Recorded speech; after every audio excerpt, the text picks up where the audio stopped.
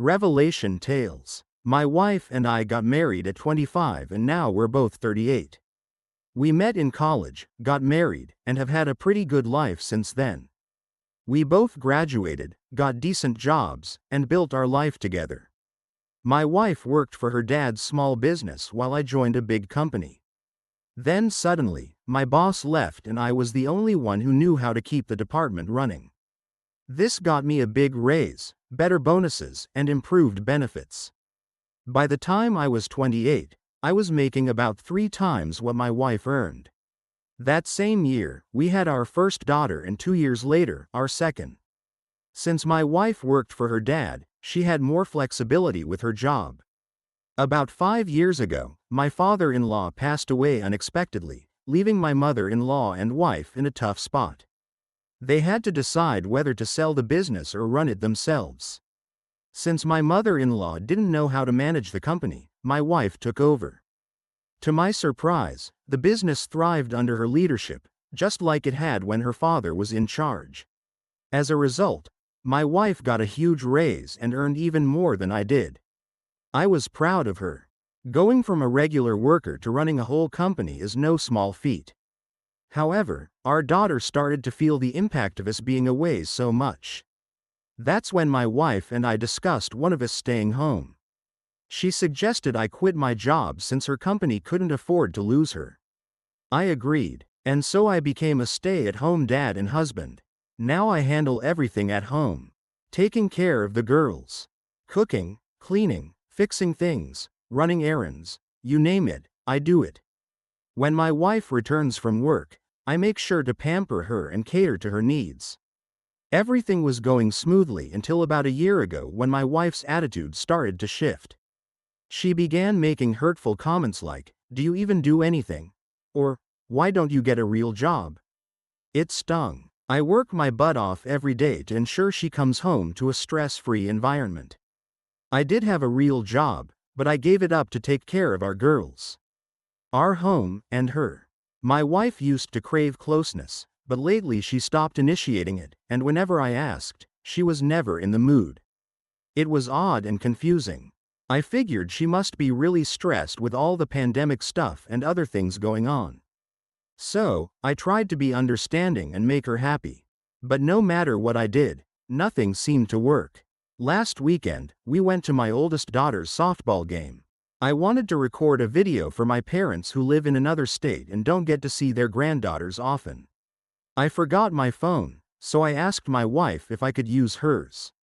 She'd been on her phone all day, so I thought it would be a good chance for her to take a break from it. She handed me her phone and went to get a drink and a snack. While recording my daughter, a message popped up on some app, and I decided to check it out. What I saw was unbelievable. There was this guy at my wife's workplace who's 8 years younger than me, and they had been texting, sending explicit videos and pictures back and forth. They were talking about how close they are and discussing me in not so nice terms. He called me a wimp who can't take care of my woman, and my wife was agreeing with him. I was shocked and devastated when I heard my wife coming back. I quickly closed the app and resumed recording the video. On the way home and even when we got back, my wife tried to talk to me, but honestly, I wasn't in the mood to chat. Eventually, we lay in bed and for the first time in a while, she tried to initiate intimacy. I told her I wasn't in the mood, and she snapped. "If you're going to be all moody about everything, fine. Go sleep on the couch." So, I got up and I've been sleeping in the guest bedroom ever since. I'm so lost right now. I don't even know how to handle this situation. My wife meant everything to me and my daughters are my whole world. Update. First of all, I've got all the text, pics, and videos as evidence. Second, I don't own any of the company. It's split 50-50 between my wife and mother-in-law. Third, I can't bear to sleep in the same bed anymore. So, I've been crashing in the guest bedroom every night, and that's where I'm going to stay. As for my decision, I've chosen to divorce her. This morning, I called a law firm in another town to keep things discreet. Luckily, they had a last-minute opening, so I went there right after dropping off my girls. The lawyer I met was really good. I showed him all the evidence I had, and he said it will hurt her case a lot in the divorce. Since I quit my job to raise our girls, and she's been having an affair and prioritizing this other guy over us, she's going to lose big time. The lawyer said we'll get child support and alimony. I'll keep the house, and she'll have to pay for it as long as our girl's alive there. He also mentioned that we might be able to get more money since I'm not considered employable right now. This extra money could help me pay for more education to find a job. Some of you were right. He advised me not to work until after the divorce is settled. Apparently, having a job could lead to losing a lot in the settlement. Then he asked if I wanted full custody of the kids. I told him I don't mind my wife spending time with them on weekends occasionally, but I prefer to have mostly full custody. The lawyer said that since she had an affair in our home, I have a strong case for full custody. Bringing a stranger over to the house put our girls in danger makes her look guilty. So, I'm going for full custody. Allowing her to have weekends once, maybe twice a month. No man will be allowed around my girls. And if there is, she could face issues from me if I find out. I just don't want that piece of crap around my daughters. He suggested keeping quiet until the documents are ready and then he'll arrange for someone to serve her with the divorce papers along with an order to leave the house. He expects to have everything done sometime next week. He told me to stay quiet for now, even though it's tough and I'm angry. He said to shut up until the divorce is finalized. After that, he said I can talk all I want about her, but until then, I need to keep quiet. He wants me to act like everything is normal. No arguments, no problems. Sleep in separate beds and avoid any intimacy. I agreed but asked why. He told me to trust him, follow his instructions and not ask questions. I just got home and I'm preparing for dinner, trying to act normal. I'll keep up the charade until she's served next week. Quick note: the lawyer advised me to get an STD test and a DNA test for my girls. When I asked why, he said, these situations are rare and might not be the first time this has happened. That hit me hard and scared me to my core. Update: I've been feeling really down lately and everything's been rough. To clarify, I discussed these posts with my lawyer. I didn't go into too much detail, but they said it's okay to share as long as I keep it brief and not too specific. So, for this update, I'll keep it short and legally safe. Let's start with the test results. I got an STD test for myself and thankfully I came out clear. No diseases, which isn't surprising since I haven't been close to her for the past year. Now, on to the big news. The paternity test for my 2 girls. No matter the result, I'll always be their dad, but I'm thrilled to say I am their biological father. I've never been happier to know for sure, even though I never thought I'd have to question it. As for my soon-to-be ex, she's out of the house and I've been granted full temporary custody of my girls. I'll share more details later, but for now, she's no longer living here. My lawyer handled the legal process to have her removed and it was a messy situation, but I'll save those details for later. She was served with divorce papers at her workplace and it didn't go well. But again, more on that later. My girls are aware of what's happening. My oldest knows we're separating and one of her friend's parents went through the same thing. She's seen what happened with her friend's family and doesn't want us to split up. She's been crying and asking me to let mommy come home. It's really tough for her. I'm going to arrange for them to see a child therapist to help them understand everything. As my lawyer advised, my youngest just wants her mommy back and misses her a lot. It breaks my heart and I feel like a terrible father right now. I worry they might hate me because of this. Sometimes I wonder if I should let their mother cheat on me just to keep the family together and make my girls happy, but I can't bring myself to do that. Another thought crosses my mind considering an open relationship and waiting until the girls are older. But I can't accept that. Besides, I know the girls would sense it and dislike the idea that mommy and daddy don't love each other. As for my ex, she's currently living with her mother. My mother-in-law reached out to meet with me and I agreed to see her. She didn't ask for details, but she begged me not to take her granddaughters away. I reassured her that she's a wonderful grandmother, and as long as she can separate her daughter's issues from her relationship with my girls, she can still be in their lives. She thanked me, and that was that. My ex has been trying to call and text me wanting to talk about us. Under my lawyer's guidance, we've set up a trackable method for communication, strictly limited to discussing the girls, nothing more. So, that's where things stand for now. Update. Hey everyone, I wanted to give you a quick update on what's been going on. First of all, I spent Thanksgiving with my soon-to-be ex and mother-in-law. I did it solely for the sake of my girls, and made sure my lawyer understood it was about them. Not about getting back together. We sorted that out before Thanksgiving. I had a meeting with my mother-in-law, and we had a pretty open discussion, mainly about how we'll handle things with my daughters after the divorce. During our talk, my mother-in-law shared some information about STBX. It turns out she was cheated on by her high school boyfriend. I had no idea she even dated someone back then. This guy my mother-in-law mentioned came from a well-off family, and they warned her to stay away from him.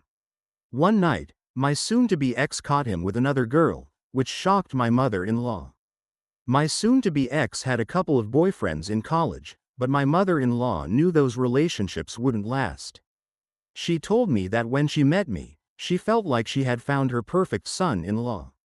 She's really sorry for her daughter's behavior and promises to make sure she doesn't cause trouble during the divorce.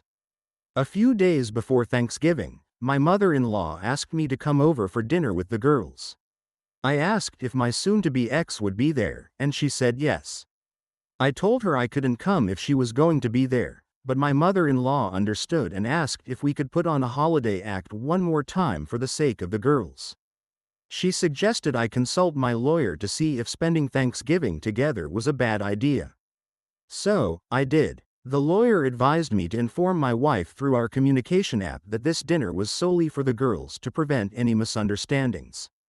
I followed his advice. My soon-to-be ex had been constantly reaching out, begging to see both me and the girls themselves were pleading to see their mom for their sake. I decided to put my pride aside and agreed to go over for dinner. When we arrived, the atmosphere was tense. My soon-to-be ex embraced our daughters, which was fine, but then she tried to hug and kiss me. I dodged her attempt and instead greeted my mother-in-law. My soon-to-be ex behaved as if we were still a loving couple, trying to engage me in conversation. I kept my responses brief and focused on helping my mother-in-law with dinner preparations and cleanup. My devout mother-in-law wanted to say a prayer before dinner, and my soon-to-be ex sat next to me. I held my daughter's hand, but when my wife tried to hold mine, I pulled away. It might seem petty, but I couldn't stand or touch. Although I'm an atheist, I participated in the prayer out of respect for my mother-in-law. Dinner went smoothly, except my soon-to-be ex kept pretending we were still together, asking about Christmas plans and family vacations. That's when I realized agreeing to this dinner was a mistake. After dinner, I washed the dishes, eager to leave. But my daughters wanted to watch a movie with their mom, a family tradition. I reluctantly agreed. But when my soon-to-be ex tried to cuddle next to me on the couch, I moved to a chair. Throughout the evening, my mother-in-law was visibly upset with her daughter's behavior, evident in the glare she directed at her. When the movie ended, we prepared to leave. My daughters had fallen asleep, so I carried them to the car. As I went back inside to grab something, my soon-to-be ex cornered me, tearfully begging to work things out and be a family again. Before I could respond, my mother-in-law intervened, yanking her away by the hair, no less, and sternly saying good night to me. So, I talked to my lawyer and explained everything. I emphasized that there's no possibility of reconciliation, which was clear in my messages. The lawyer assured me that's fine. Now, my wife keeps calling and begging to work things out, but I'm leaving her messages unread. I'll only discuss matters related to the girls, and I'm pretty sure they'll want to do something for Christmas. I'll check with my lawyer about that. Update: things have been really tough for my girls. They had 2 therapy sessions this week. The first one went well, and they seemed more at peace afterward. The therapist seems to understand them well. However, the second session was a disaster. The therapist explained in an age-appropriate way that their mom had an affair and betrayed me. I knew this day would come, but not this soon. When I picked up my girls, they burst into tears and clung to me, saying they love me. It's heartwarming, but this wasn't how I wanted them to find out about the separation. I asked the therapist why she told them. She explained that the girls were aware of the separation and noticed my coldness toward their mother. She said, "Kids aren't dumb. They can sense their parents' behavior." They wanted to know why we were separating, and the therapist believed honesty was crucial for their progress. I won't go into all the details of what she said, but it was appropriate for their age. They now know their mother was unfaithful in a way they can comprehend. My oldest might handle it better, but my youngest is struggling. When we got home, my girls wouldn't let go of me, crying the whole night. I ordered food, put on their favorite movies, and we stayed in my bedroom. They eventually fell asleep, and I went to the bathroom and broke down. My soon-to-be ex doesn't even realize the pain she's caused our girls. I'm at a loss. The therapist suggested medication to help them adjust, but I refused. I don't want to drug them. The therapist understood and said it was just an option, but we'd need to consult their primary doctor for that. I'd rather help my daughters cope with their emotions healthfully. As for Christmas, I won't have to worry because my daughters now despise their mother. I was taken aback when my oldest said she never wants to see her mom again. Even my youngest, who usually follows her sister's lead, seems to agree. I tried to tell them that despite their anger, they shouldn't hate her because she loves and cares about them. My oldest insisted she doesn't, and they both cried in my arms until they fell asleep. It might sound like a bad movie sequel, but the girls are doing better. They're still seeing the same therapist and are gradually coming to terms with everything. They no longer hate their mother, but have told me they don't want to see her for a long time. Those are their words, not mine. We'll see how that unfolds. I informed my wife that the girls know about her affair and she tried calling them. They answered but have maintained their boundaries. I think she's finally realizing the gravity of her actions. I already knew he was a jerk, but he's worse than I thought. Someone asked if there was another person in the affair. So, I looked through some of my wife's work documents and found a list of employees' contact numbers. I called his number, which turned out to be his wife's. It turns out he's married with a toddler, which I didn't know. When I told his wife about the affair, she didn't believe me and hung up. Later, she called back and wanted to meet. We met and I showed her all the evidence. She asked if we could talk in my car, and as soon as we got in, she broke down crying, asking how he could do this to her. I reassured her she did nothing wrong and gave her my lawyer's contact information. She then asked how long the affair had been going on, and I told her it had been about a year, maybe a bit longer. That's when her sadness turned into sheer rage. Curious, I asked why she was so furious. She revealed the truth behind her wig. She had battled cancer after their child was born. While she was in the hospital, they discovered a tumor over the past year and a half. She had undergone 2 surgeries, chemotherapy, and was on medication. Despite all that, she looked great, which surprised me. She said she had beaten the disease and was doing better. But she and her husband hadn't been intimate for about 2 years. During her pregnancy and cancer treatment, intimacy was impossible. She got very sick while pregnant and the disease took a significant toll on her. As she started to feel better, she struggled with her self-image due to weight gain from the meds, hair loss, and not feeling as attractive as before. She wanted to surprise her husband with intimacy now that she felt ready. But discovering his affair shattered that plan.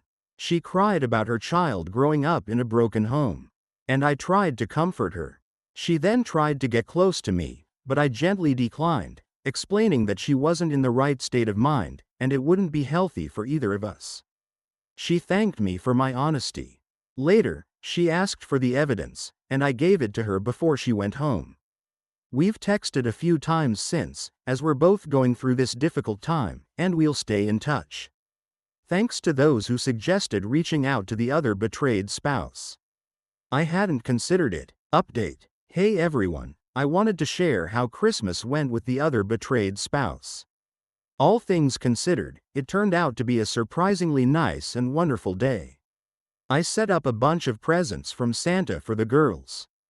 Since this might be the last year my oldest believes in Santa, and I wanted to make it special, I laid out the gifts early in the morning while it was still dark. Within 15 minutes of waking up, the girls were excitedly declaring that Santa had come. I dragged myself out of bed and they eagerly tore into their presents. Their joy was contagious. Afterward, we snuggled up on the couch and watched a movie and they fell asleep next to me. Eventually, I got up to make some coffee. My youngest woke up and said she was hungry, so I let her help me make breakfast while she wore an apron. My oldest soon joined us, and we all enjoyed a good meal together. They spent the morning playing with their new toys and having a blast, which warmed my heart. In the evening, I helped the girls get ready to see their mom and grandmother. Normally, I'm stricter about getting ready, but with everything going on, I've been more lenient. They were ready, but said they really didn't want to go see their mom. I reassured them that their mom loves them. My therapist advised me to encourage their relationship with their mom for their healthy development. Otherwise, my wife could claim in court that I'm isolating them. The therapist said the girls can decide on their relationship with their mother as they get older. My wife knows about the therapist and they've spoken. The therapist made it clear that my wife had betrayed me and it's evident that I'm the girl's favorite. She'll have to work hard to regain their trust and love. I told the girls not to punish grandma for their mother's actions and to go see her. They agreed. I took them to their grandmother's place and everything went smoothly. I called my mill when we arrived and she came out to get the girls' things. They were staying the night for Christmas and my mill asked if it was okay. I checked with my lawyer who said it was fine for one night. Just not for extended periods or too often. Before leaving, I assured the girls they could call me anytime if they wanted to come back home and I'd be there for them. As I was leaving, my soon-to-be ex came out. She seemed confused by something my mile had said, and my meal sternly told her no. My STB ex looked at me with teary eyes and waved as I drove off. I had left food in the oven on warm for the other betrayed spouse, who eventually showed up. She arrived without her toddler. When I asked where they were, she explained that her in-laws wanted to spend Christmas with them, and the toddler's father also wanted to see them. She had worked out a similar arrangement with her lawyers, so it was fine. She was dressed nicely in a pretty dress, leggings, fluffy boots, and a stylish wig. We had dinner together and shared stories about our past, getting to know each other better. After dinner, we settled on the couch to watch a movie and continued chatting. Eventually, I decided to open a bottle of wine. I don't drink much, but I enjoy a particular wine on Christmas. I asked if she could have some, and after ensuring she was comfortable with it, I poured her a glass. Our conversation transitioned from our past to our interests, and finally to our current struggles, which led to some tears. As we drank more, we started joking and laughing. Surprisingly, after 2 bottles, our conversation became more candid. We talked about our intimate preferences, what we missed, and what we desired. It turned out we were quite similar in those aspects. She mentioned that my wife was lucky, but had messed up. And I responded that her husband was no different. Some of you suggested I should compliment her appearance, especially after her previous attempt to get my attention, but I thought it was inappropriate. However, I did suggest she could take off the wig if she felt more comfortable without it, and reassured her that she looked amazing. I even complimented her on how beautiful she looked with a pixie cut. She took off the wig, thanked me, and became emotional. We continued our personal conversation and ended up cuddling while watching the movie. Just to let you know, we were both pretty drunk. Back when my wife and I used to cuddle, my soon-to-be ex liked it when I gently rubbed her chest, not grabbing or pinching, just a soft massage. I did it out of habit. And when she said it felt good, I was surprised and immediately stopped apologizing for not realizing what I was doing. She assured me it was okay and even asked if I could keep going since it helped her relax. I double-checked with her and she confirmed with a yes, so I continued. I have to admit it started to turn me on and she picked up on that. She began to touch me as well, which made me apologize awkwardly. She asked if I wanted her to stop, but I told her only if she wanted to. She chose to keep going. This led to us kissing and getting more intimate. Before long, she was unzipping my pants and giving me oral.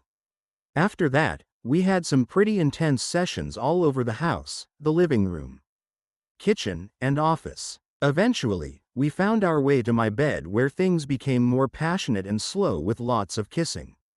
After we finished, we lay together, shedding a few tears before falling asleep in each other's arms. The next morning, we had breakfast together and showered. I asked if she had planned all this and she laughed, saying a girl always comes prepared. Before leaving, she asked if I felt anything special last night. I told her the truth, saying yes. We agreed we needed to be cautious and make sure our feelings were genuine and not just a reaction to the situation. She said we'd explore them later. As she left, she kissed me on the cheek and thanked me for a wonderful night, promising to text me later. I picked up my girls, who said they had a good time with their mom and mentioned she was well behaved for the most part. Right now, I've just finished preparing dinner and will spend the evening with my girls. Update. I know it's been a while since my last update. Things have been incredibly busy, so I'll keep this brief. Girls are doing much better now thanks to therapy and staying active. They still have their tough moments, but overall they're improving. As for me and the other betrayed spouse, we still talk almost daily, but we haven't been physical since that night. We did meet once more and both agreed that while we don't regret it, it shouldn't have happened. Now, regarding my soon-to-be ex, for a few weeks after Christmas, she kept trying hard to get me to talk, but that has mostly stopped. She's hired a lawyer. My lawyer is aware and our meetings will start soon.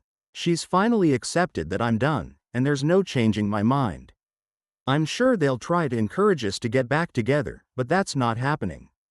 She still calls and texts, hoping I'll change my mind, but I don't read her messages. As for the other person's ex, he's been arrested. I won't go into too much detail now, but he confronted my soon-to-be ex at her workplace, and they had a big argument. She threatened to call the police, and he physically attacked her. People at her workplace intervened and held him until the police came and arrested him. My soon-to-be ex is pressing charges. I'm not sure if I'll get a lawyer for their affair, but I haven't heard anything yet. My friend told me about it and said I could visit my wife if I wanted to. Apparently, he gave her a black eye and busted her lip. But my mill thinks it's karma. I haven't seen my wife since the incident, nor have the girls. Unless something crazy happens, you probably won't hear from me until after our first meeting with the lawyers. Update. Hey everyone, just a quick update on everything. A lot has been happening and life can get pretty hectic, but I'll summarize as best I can. Let's start with my girls. They were making good progress and seem better. But as the divorce date near and they realize we're really going our separate ways, they've started to struggle. Their therapist says they've accepted the situation, but had hoped we'd somehow work things out. The reality of the divorce is hitting them hard. My youngest is coping okay, but I'm really worried about my oldest. She's been feeling really down and it's concerning. I'm following the therapist advice and doing everything I can, but the therapist suggests medication and I'm hesitant. It might get to a point where medication is the only option for her. She's usually healthy, but I've noticed some of her clothes don't fit well, and I think she's eating less. Her doctor and I have talked about adding nutrients to her food to help her gain weight. I hope we can figure this out soon because it's starting to worry me a lot. I feel like I'm failing as a father because I never wanted my daughter to go through this. If you're religious, I'd appreciate your prayers for my daughters. On another note, other betrayed spouse and I are still in contact daily. We're getting along great and things are becoming easier, but she has some bad news. It's not about her health or her child, thank goodness. Instead, my STBX's ex has skipped town. I'm not shocked at all by this considering he vanished right after getting bailed out for assaulting my soon-to-be ex-wife. It turns out she was the last person to have contact with him. My gut feeling was spot on. She had plans to press charges against him, but he threatened to sue her instead, claiming she coerced him into the affair.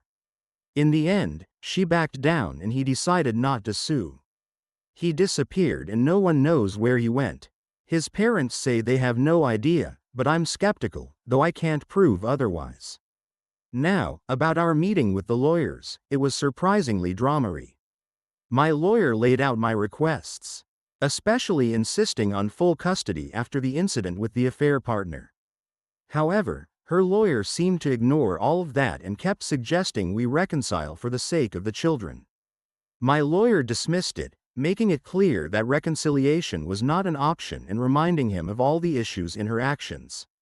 He continued to push for reconciliation, but my lawyer simply said, "See you in court." 2 weeks later, my lawyer called with good news. She agreed to all the terms except having the girls every weekend. Instead, she gets to have the girls 2 weekends a month and alternating holidays. At first, she wanted every weekend, but my lawyer negotiated it down. I agree because despite everything, she's still their mother, and I hope she's learned to prioritize our girls after all this. My soon-to-be ex looks terrible, almost anorexic, aged 10 years, and even seems to be losing her hair. Despite not loving her anymore, it's tough to see her like this because she's the mother of my daughters. I asked my mother-in-law to help her out, but she said it's her punishment. I reminded her that she's still her granddaughter's mom and needs to be there for them and get help. So, my mother-in-law is now working with her to get back on track.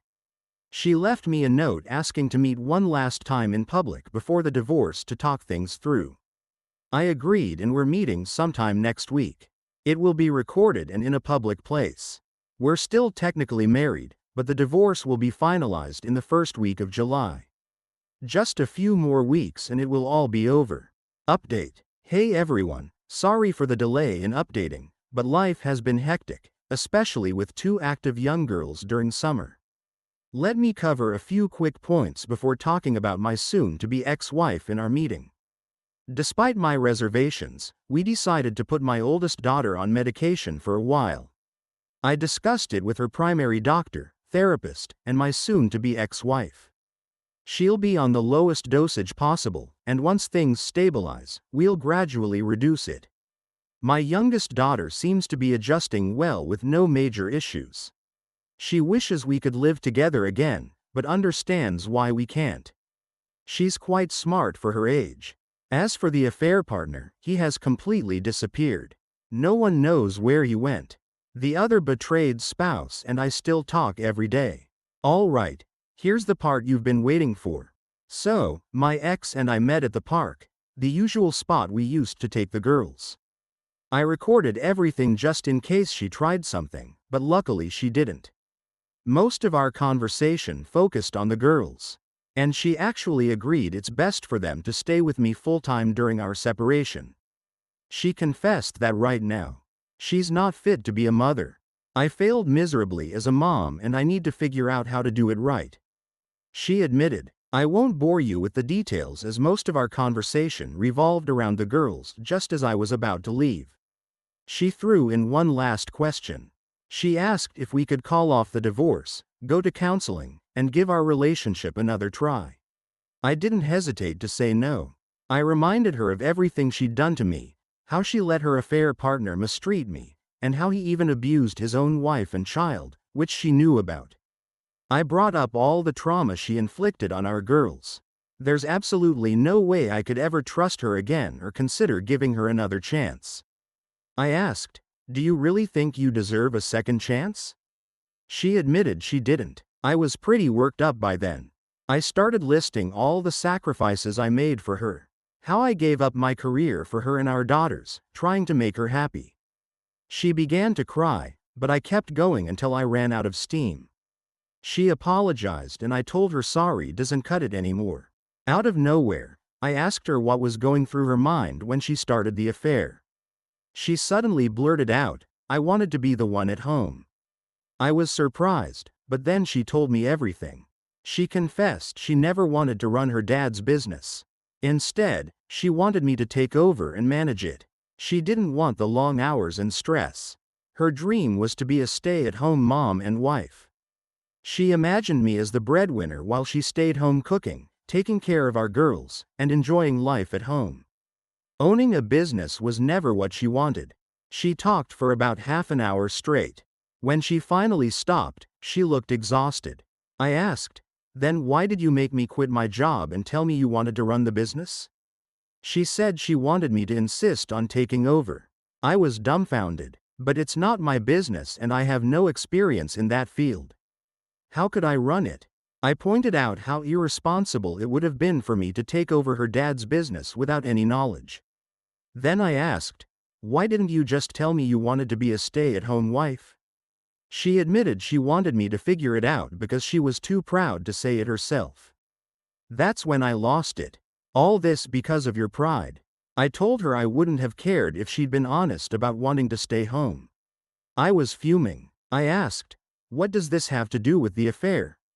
She explained that during the pandemic, she was working long hours and grew jealous and angry seeing me at home with the girls. The affair partner noticed this and started bad-mouthing me, saying things like how if I were a real man, she could stay home. That's how the affair began. She claimed she tried to end it, but he manipulated her by making her feel jealous of what she could have had. So, she kept going back to him. This jealousy made her treat me horribly. All of this could have been avoided if we had communicated better from the start. She then said she just wants her family back and for things to go back to normal. I was so devastated and angry that I couldn't stay there any longer. I got up and left. Since then, I've been carrying a lot of anger in my heart and feeling really bitter about everything. Oh, and there's one more thing.